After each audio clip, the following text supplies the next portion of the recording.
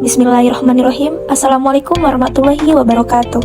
Salam sejahtera untuk kita semua. Perkenalkan, nama saya Dwi Rosyaheri dengan NIM 21431017. Baik, di sini saya akan menjelaskan tentang siklus hidup daun kupu-kupu. Selanjutnya ada klasifikasi kupu-kupu atau Rhopalocera. Yang pertama Kingdom Animalia, yang kedua Phylum Arthropoda, yang ketiga kelas Insecta, yang keempat ordo Lepidoptera, dan yang terakhir subordo Rhopalocera. Kupu-kupu berkembang biak dengan cara bertelur dan memiliki siklus hidup istimewa, disebut sebagai metamorfosis. Nah, metamorfosis kupu-kupu terjadi secara sempurna. Lalu, apa yang dimaksud dengan metamorfosis sempurna? Metamorfosis sempurna terjadi ketika hewan mengalami perubahan bentuk yang sangat berbeda pada setiap tahap perkembangannya. Sementara itu, metamorfosis tidak sempurna terjadi pada hewan dengan tidak mengalami perubahan bentuk. Contoh hewan yang mengalami metamorfosis sempurna adalah kupu-kupu, lalat, katak, dan sebagainya. Dan contoh hewan yang mengalami metamorfosis tidak sempurna yaitu belalang, kecoa, nyamuk, dan lain-lain. Ini adalah gambar siklus hidup kupu-kupu. Yang pertama telur, selanjutnya ulat atau larva, lalu pupa, dan yang terakhir dewasa. Yang pertama dari siklus hidup kupu-kupu yaitu telur. Kupu-kupu betina yang sudah dewasa akan bertelur apabila telah dibuahi oleh kupu-kupu jantan.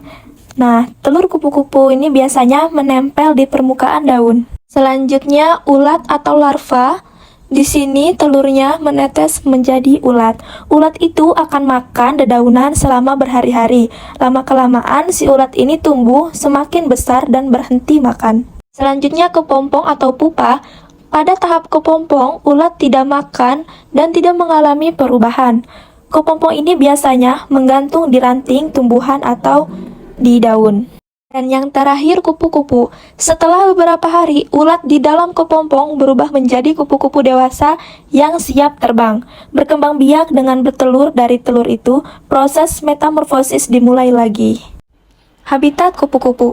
Habitat kupu-kupu adalah tempat yang lembab, yang memiliki banyak vegetasi bunga, badan-badan perairan, dan banyak mendapat sinar matahari. Sebagian besar jenis hidup di lahan bera atau menganggur, kebun buah atau areal pertanian, dan hutan primer dan sekunder. Nah, Lepidoptera tersebar dari dataran rendah sampai ketinggian 750 mdlp. Bahkan ada yang dapat hidup sampai pada ketinggian 2000 mdpl. Nah, kesimpulannya yaitu siklus hidup merupakan serangkaian bentuk perubahan yang mengacu pada perkembangan suatu organisme sejak lahir sampai mati. Siklus hidup hewan berbeda-beda. Ada hewan yang bermetamorfosis dan juga yang tidak. Perbedaan dari hidup kupu-kupu dan belalang yaitu kupu-kupu mengalami metamorfosis sempurna, sedangkan belalang mengalami metamorfosis tidak sempurna. Dari hidup kupu-kupu terdiri dari 4 tahap. Yang pertama, telur, ulat, kepompong, dan kupu-kupu. Sedangkan daur hidup belalang terdiri dari 3, yaitu telur, nimfa, dan imago. Baik, mungkin hanya ini yang bisa saya sampaikan.